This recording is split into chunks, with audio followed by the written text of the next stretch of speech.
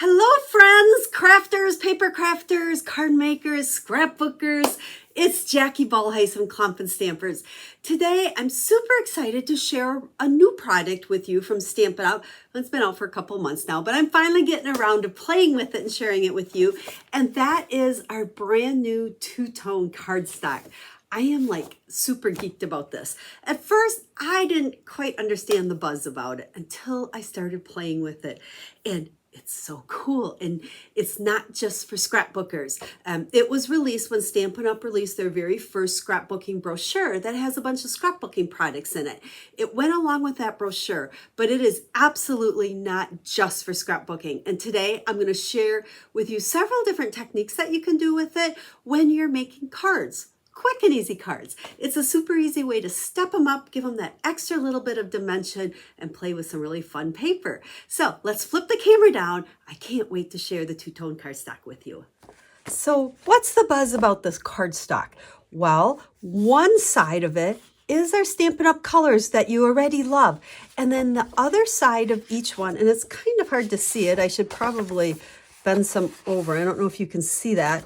You'll see it on the projects, but one side of it is a shade lighter. So the dark side is always our color, and then the back side is a shade lighter. Now this is a little bit thinner than our normal cardstock. It's almost a little bit more like the designer series paper, or a little bit heavier than that, so someplace in the middle. But it also has a white core, and that's the beauty of it and why it's so great for different card making projects and adding that dimension. Now it only comes in 12 by 12. I'm going to guess it's going to remain only in 12 by 12, but we can still use it for cards, right? And I'll share a couple tips with you here. Initially, the offering has a couple of variety packs, like this is one of the variety packs, and they put colors in it that go along with some designer series paper. There's some beautiful paper that goes along with this that was in that scrapbooking brochure as well. Now, make sure you check. I'll have a link down in the video for that scrapbooking brochure, and I'll also share the link and more of the products over on my blog post, because I think for us card makers, we hear scrapbooking brochure and we're like, that's not for me. Oh my gosh, there's so many cool things that are for scrapbook or for card makers as well. So we're going to focus on this cardstock. There's also a couple of colors, and I don't know them right offhand, that are full packs of the same color. Now, ultimately, and it may take 6-9 months, Stampin' Up! Will have all of our colors available in this cardstock. So something exciting to look forward to down the road. Now, let's set this aside here, and I want to show you the stamp sets we're using today. Autumn to Remember. This is also out of that scrapbooking brochure. I am absolutely in love with these leaves. And then Everyday Greetings, we're going to use some of these. This is in the mini catalog as well. Now, I'll have links to all these over on the blog post, because we're not going to spend a lot of time with that because we want to get stamping, right? Okay, let's see. What should we do first? Let's stamp first. I want to get this part, I like to say parts and pieces ready to go ahead and make the card we're going to do. So we are going to use the leaf from this Autumn to Remember, and I just have a scrap piece of basic white here, and we've got crushed curry, and then we're going to grab our early espresso, and we are going to put our greeting on here. So where there is heartache, let there be healing. So I wanted to do that first, then I can kind of put the stamps out of the way, and now we can just play with paper, right? So let's set these aside here. Okay, now for my card, I'm going to go ahead and use a die. I've got our stylish shape dies, my favorite. You guys see me use these all the time. And I'm going to go cut this out quick with the cut and emboss machine. I'll be right back. Now, I never actually cut this out on camera because my machine just doesn't fit on the table here. So there we go. And let's just set that aside. And now let's start with our paper. So the first technique I want to share with you is we're going to take a piece. This is the Cajun Craze. And I'm going to use the Cajun Craze ink. Now, I want to stamp on the lighter side of it. That will make our ink shine or show up a little bit better. And I am just doing random stamping. We're going to make a background. So tone on tone background. If random stamping scares you, notice how I'm just flipping my cardstock around. I'm spinning it as I go. and that will help you be more random without, you know, trying to be like a pretzel and move your arm every way. So we're just kind of filling this in. So we've got those two images. These are all out of that stamp set. And then we'll go ahead and stick some leaves. See, by spinning it, that allows me to get things going in all different directions, right? Because random, we wouldn't want, you know, all the stems pointing the same way. Okay, we'll stop there because we could just like go on and on. So you can see how, especially on that lighter side, it just, those images show really nice and it makes a nice background. Now for our card, we're going to tear this. And again, this gives us more dimension. Now, when you're tearing cardstock, especially this two-tone, you want to tear up. So I'm going to hold it in my left hand here and I'm tearing up on the right. Now this cardstock is a white core. So when you tear, you get that nice white edge, which I love. And you'll see the reason we tear up is because on this side, you don't get the white. So in the event you wouldn't want the white for your project, I like it. But if you didn't, tear up on the piece you want, and then we could have an edge that doesn't have white. See the difference? You know what? I think I stamped on the dark side. It showed up fine anyway, because this ink's dark enough. So there you go. There, you can see the comparison. Okay, tone on tone, nice white edge from tearing it. Now the next thing we're going to do is I have a piece of the pecan pie and I have already run it through my embossing folder. So you can see this is the fun plaid one. And you can see here's our dark and here's our light. Now, with this one, it wouldn't matter so much, but with some of them, when running it through, you want to make sure whatever side you want that raised up embossing to be on the side of the folder that has the Stampin' Up! Logo. Okay, that's the top. So in this case, I put the light paper in with the top up, ran it through the embossing machine, and you can see we're starting to see a little bit of that white peek through anyway. And then I am going to take a sanding block and just gently rub it over it. These sanding blocks are super cheap. I grabbed them off of Amazon. And I will have a link to them for you. And there we go. Look at the fun dimension. Now there's the light side, and you could flip this over, and let's just see what the back side looks like.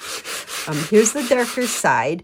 Now, like I said, with the plaid, it doesn't matter so much because both sides are really cool. But you can see there's less raised images. So you can do whichever side you want. And then I have already put a card together. This is where we're going to just play more with the paper. You can see here, I took this and I went ahead and I adhered that piece on there like so, wrapped some linen thread around, tied it in a bow, and then popped that up with dimensionals.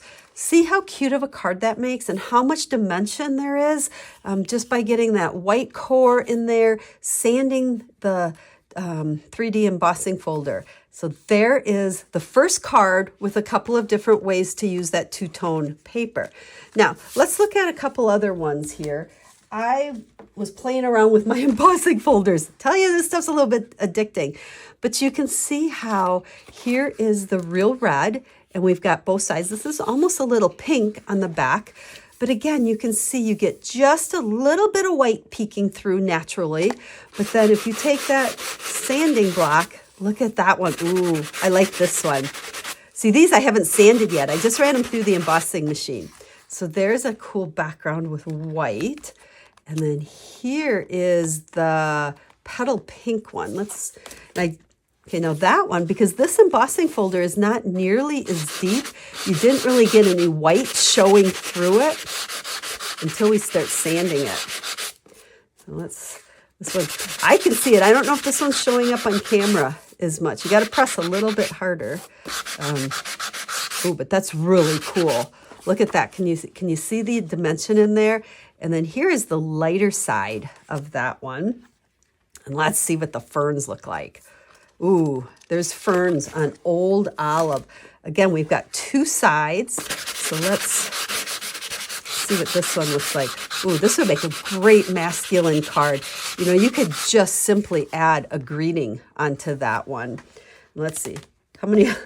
I told you, I just grabbed all my embossing folders. Oh, the swirls. Okay, this one's be super cool. There's the light side. There's the dark side.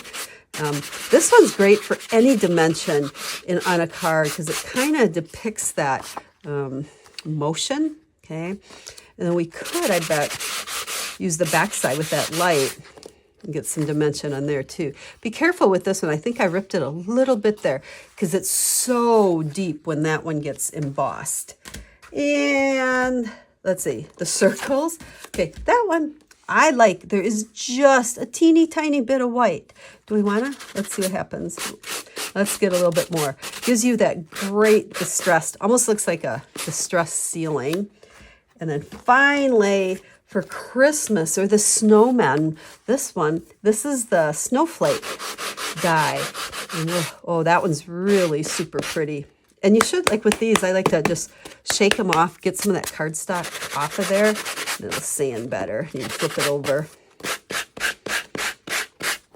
There we go. Oh, look at how pretty that is. Hopefully it's picking it up. I'll have pictures of these on that blog post as well, along with this card, and I have a few other cards to share with you.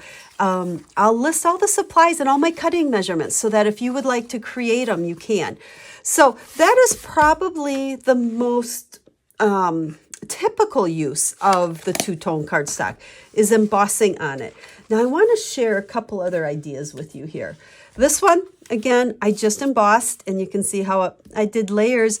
You can see the two different greens. This is the front of the old olive, and then the lighter two-tone of the old olive. So can you see the contrast on that one and how it just makes everything pop? Super easy. Love that stamp. There's that card. And then for this one, oh wait, I want to show you the other one first. That's our last one because I got some cool things to share with you. So here's another one I made. Again, just a couple layers. There's that cardstock with the distressed brick. Works perfectly with those leaves. Now, the next one I want to share with you, I want to play around a little bit here. So I have a piece of, oh, look at this. We got sanding dust everywhere. The mossy meadow. You can see the lighter side and then that side. And I'm going to grab my paper trimmer. And this will give you a really cool look. I'm going to start with my light side up.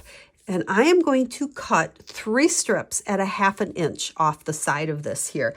Now, I'm not going to use the cutting blade. Instead, I am going to use the take your pick tool and the pointy end here. So we're going to put this in at 1/2 inch. And I'm going to just stick this down here in the groove. And if I press hard enough in that groove, it will tear the paper. Now, when you tear it, look at that. You can see the white kind of peeking through that. And then we're going to go ahead and we're going to do this 3 times, like so. Now, if you don't have one of these, I'm going to show you another option to get kind of the same look. Okay, so there's our 3 strips. So let's move this. Now to create a card, oh, I don't have a base here. We'll make believe we're putting it on here. So I would glue this one down.